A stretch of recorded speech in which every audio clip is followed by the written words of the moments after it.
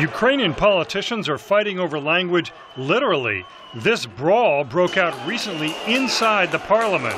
With parliamentary elections looming in October, Ukrainian President Viktor Yanukovych wants to energize his Russian-speaking base. On Wednesday, he signed a law to partially restore privileges to Russian, the language favored when Ukraine was part of the Soviet Union.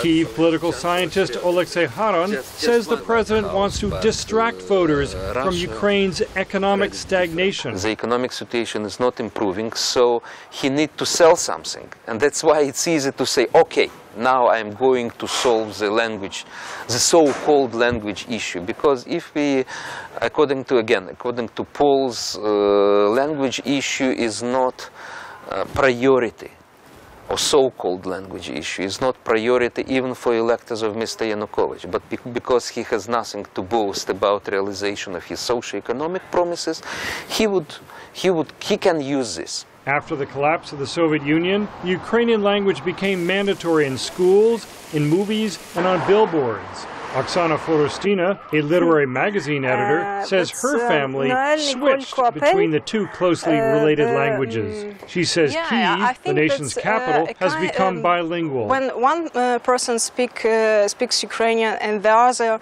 answers in Russian, it's something so common here that we don't even mention this thing. And I think people who come here from elsewhere could be very surprised, because there are not a lot of places in the world when you can see something like that. Evgenia Timoshenko moved to London in 1994 at age 14. Last year, she moved back to Kyiv to help her mother, Yulia, the imprisoned opposition leader. She says Ukraine's linguistic shift is clear. And even the Russian-speaking people who live, and who are not Ukrainian but live here, they prefer to have Ukrainian only as the only public or government language, because they like Ukraine. That they want Ukraine to be powerful as one state. In the western city of Lviv, Andrei, a Soviet-generation Ukrainian, says he once spoke Russian every day in the army and at his factory. He says this is the first time he has spoken Russian in a year. There should only be one language, the state language. That is my opinion. There should only be one language. Sergei Kudelia, a political scientist in Lviv, says the language law may backfire on Ukraine's president. Kudelia says voters may think Yanukovych is promoting Russia's interests over those of Ukraine. The introduction of the regional language law may help the opposition to mobilize its voters against Yanukovych.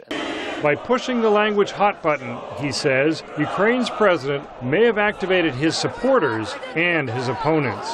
James Brooke, VOA News, Lviv, Ukraine.